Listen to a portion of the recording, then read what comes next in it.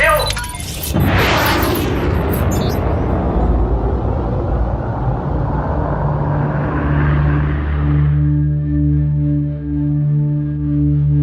Il y a quelques jours, nous avons parlé des étoiles.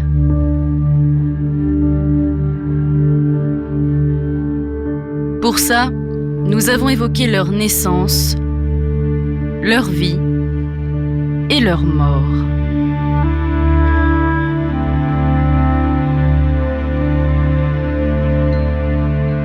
Au cours de leur vie, les étoiles changent et passent d'une catégorie à une autre sur le diagramme HR. C'est du moins ce que l'on a pu voir dans l'épisode parlant du cours de leur vie.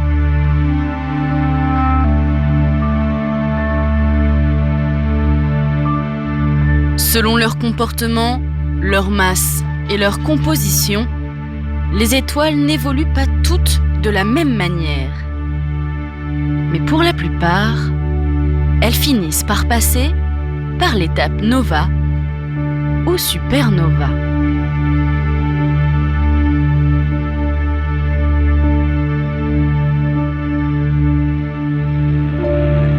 Nova et supernova, voilà le thème du jour. Mais qu'est-ce qu'une nova ? Une nova est en fait une simple étape dans la vie d'une étoile, arrivant souvent vers la fin de sa vie.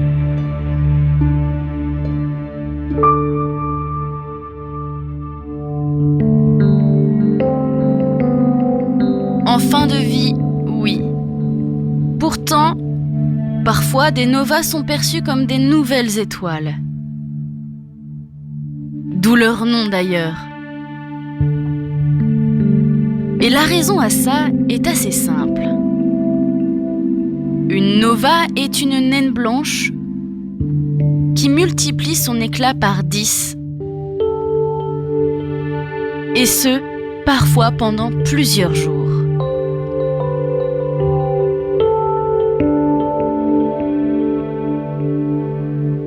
Une étoile qu'on ne verra pas jusque-là pourra donc apparaître à l'œil nu avec cette lumière vive et faire croire à une nouvelle étoile.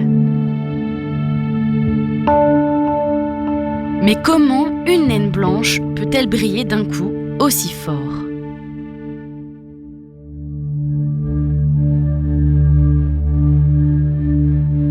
En fait, ce phénomène se produit grâce à l'étoile compagne de la naine blanche. Une étoile à proximité qui est en général une géante rouge.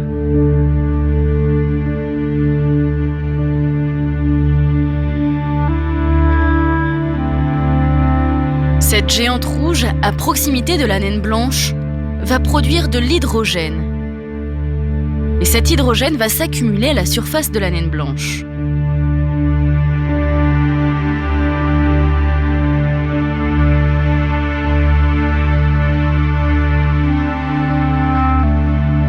Avec cette fameuse accumulation de matière à la surface de la naine blanche, cette dernière va finir par rentrer en éruption, consumer l'hydrogène et donc briller plus fort pendant plusieurs jours d'affilée.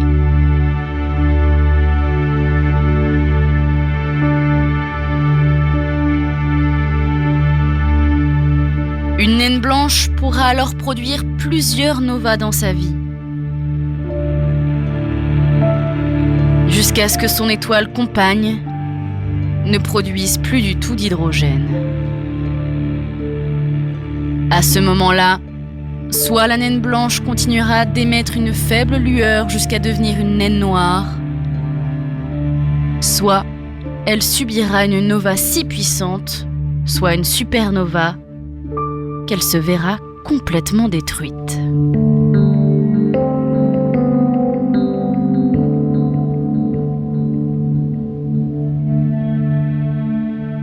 Une supernova alors. Une supernova est en fait l'implosion complète d'une étoile.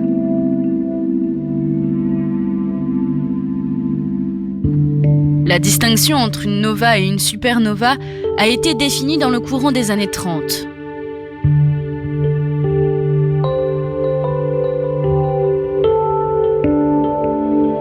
Une nova qui, comme nous l'avons expliqué, est l'explosion faite par une accumulation de matière, sera beaucoup moins brillante qu'une supernova, qui est donc l'implosion d'un objet céleste.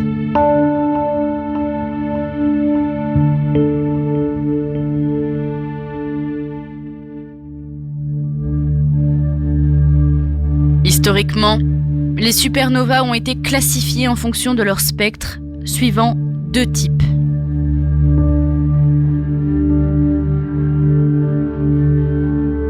Les supernovas de type 1, qui ont un spectre qui ne contient pas d'hydrogène,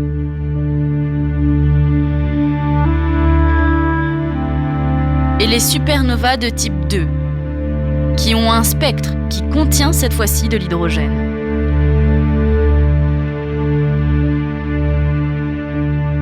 Et à partir de ces 2 grands types de supernovas, on pourra les décliner dans plusieurs sous-types.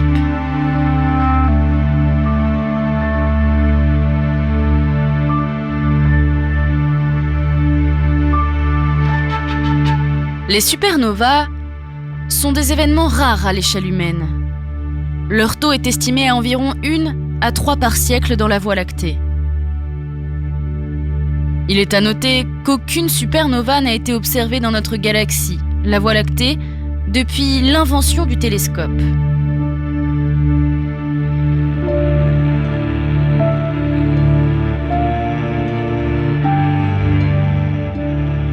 Les supernovas ont joué et jouent encore un rôle essentiel dans l'histoire de l'univers. Car c'est lors de son implosion en supernova que l'étoile libère les éléments chimiques qu'elle a synthétisés au cours de son existence et qu'elle les diffuse dans le milieu stellaire.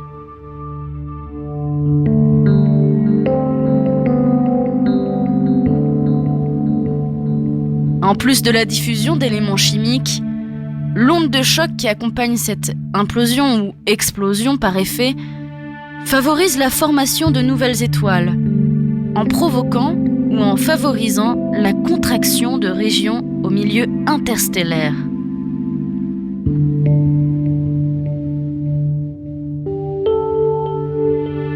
Un événement qui est essentiel à la formation de nouvelles étoiles, comme nous avons pu le voir dans les épisodes parlant de la vie des étoiles.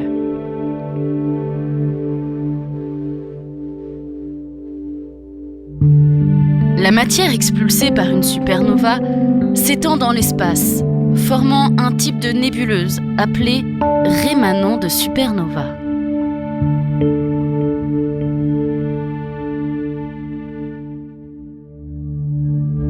Une sorte de nuage de matière coloré qui peut être régulier ou pas.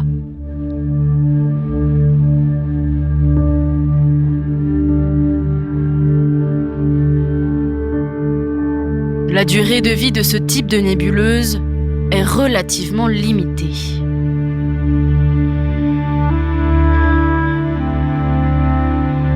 En effet, la matière qui est éjectée de la supernova est éjectée à très grande vitesse.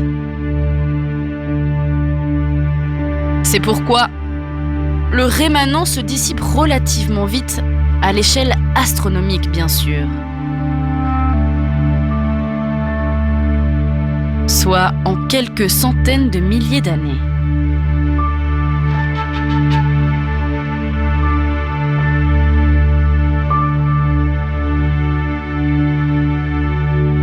La nébuleuse de Goom ou les dentelles du Cygne sont des exemples de rémanents de supernova dans un état très avancé de dilution dans le milieu interstellaire.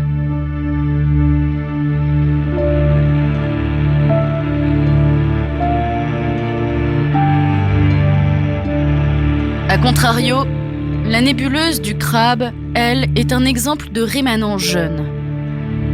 L'éclat de l'explosion qui lui a donné naissance a atteint la Terre il y a moins 2000 ans.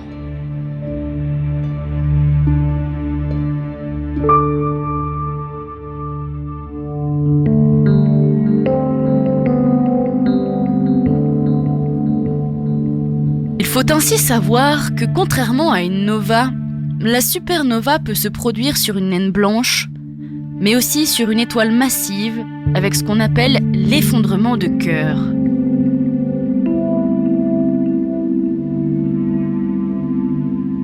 En effet, quelques étoiles exceptionnellement massives peuvent, elles, produire une hypernova quand elles s'effondrent.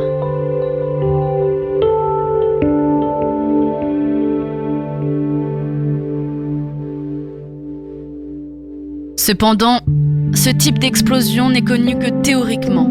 Il n'est pas encore confirmé par des observations.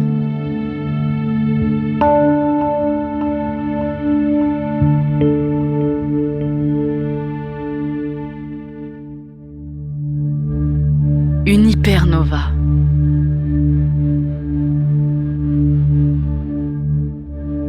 Une étape que l'on peut aussi appeler supernova superlumineuse. L'effondrement direct du cœur d'une étoile géante en un trou noir. Pourquoi ? Eh bien parce que ce cœur est devenu plus massif que la limite des étoiles à neutrons.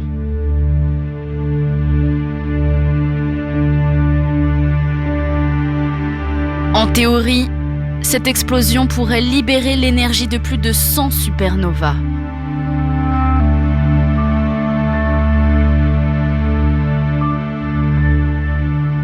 Il s'agirait alors des explosions les plus puissantes de notre univers depuis le Big Bang.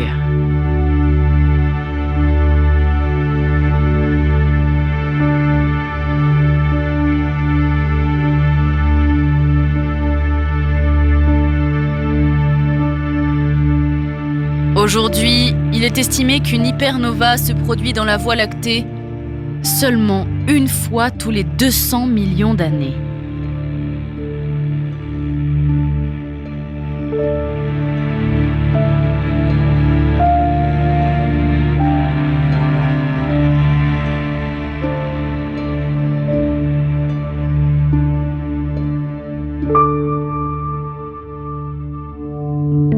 Lors de sa formation, l'hypernova produirait 2 jets de plasma extrêmement énergétiques, émis tous deux au pôle de rotation de l'étoile, à une vitesse proche de celle de la lumière.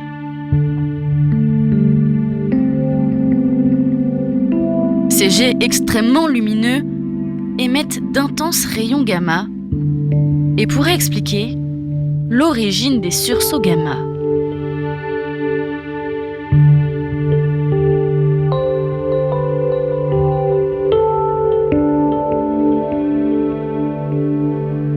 Des sursauts gamma sont des jets de lumière à origine très complexe, observés par les astronomes, dont l'explication reste encore un peu floue.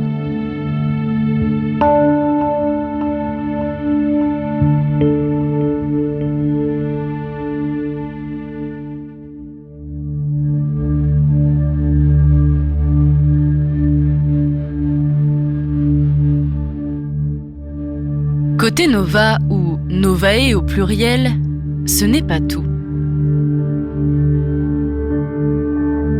Il existe également ce qu'on appelle des novanènes.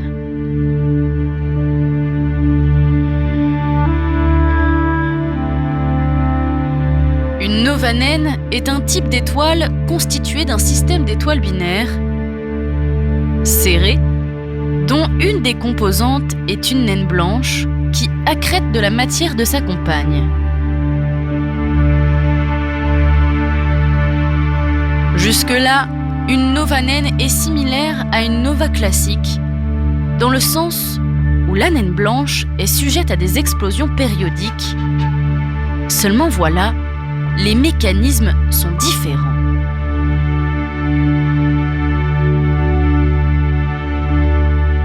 Une nova classique résulte de la fusion et de la détonation de l'hydrogène accrété.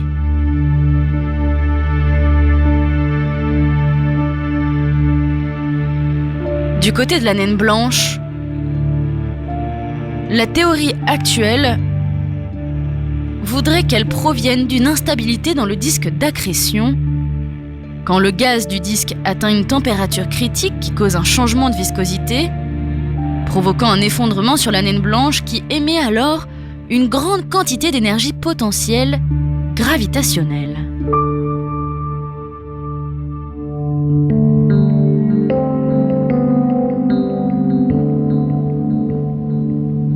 D'autres différences techniques existent évidemment, mais elles me semblent bien trop compliquées à expliquer ici.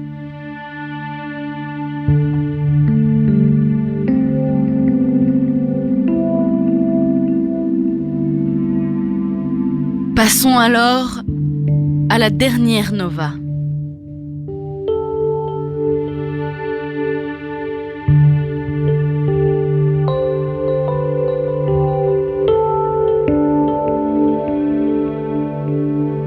En effet, il existe aussi des novas lumineuses rouges.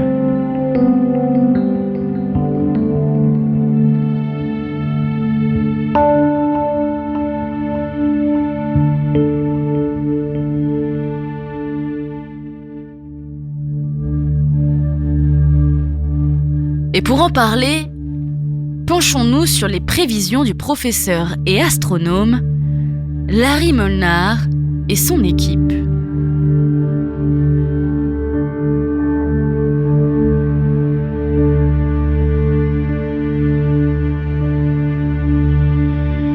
Selon l'astronome, en 2022, les habitants de la Terre pourront voir un point brillant rouge surgir dans la voûte céleste au sein de la constellation du Cygne.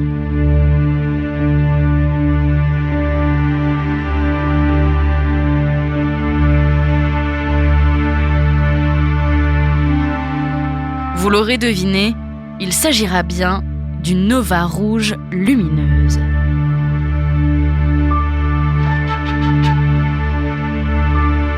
En fait, c'est encore une fois une étoile binaire qui est responsable de l'événement. Cette étoile est ce qu'on appelle une binaire de contact. Cela signifie que l'atmosphère des deux étoiles du couple se touche.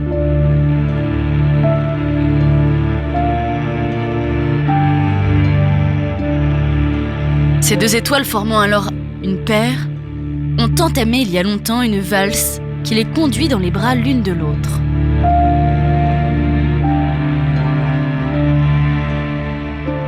Et à présent, tout indique qu'elles se rapprochent dangereusement, comme le suggère leur période orbitale de plus en plus courte, mesurée ces dernières années.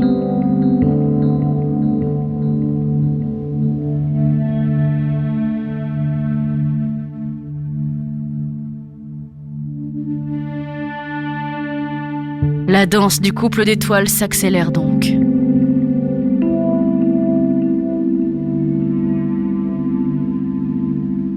La vue possible à l'œil nu de cette nova rouge lumineuse est alors prévue pour dans 2 ans.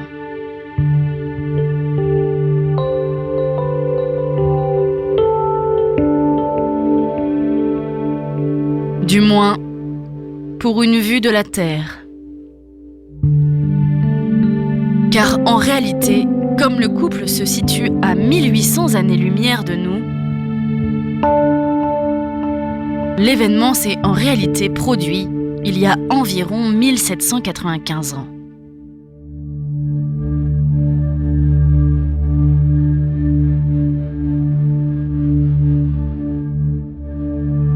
Une nova rouge lumineuse est donc une explosion stellaire qui résulterait de la fusion des étoiles composant un système ou un sous-système binaire, se caractérisant par une couleur rouge bien vive et distincte.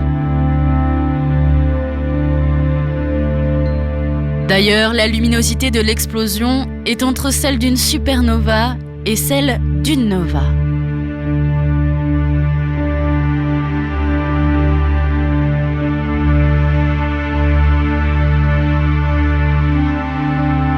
La fin d'un cycle, le début d'un autre. La mort d'une étoile, la naissance d'une pouponnière.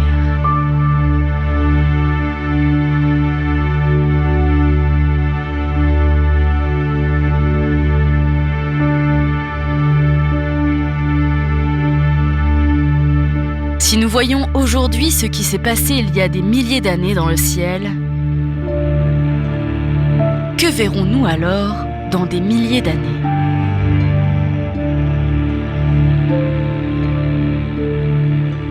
Et surtout, qui sera là pour le voir ? Voici quelques questions des plus récurrentes, à la base des théories des plus fous des astronomes.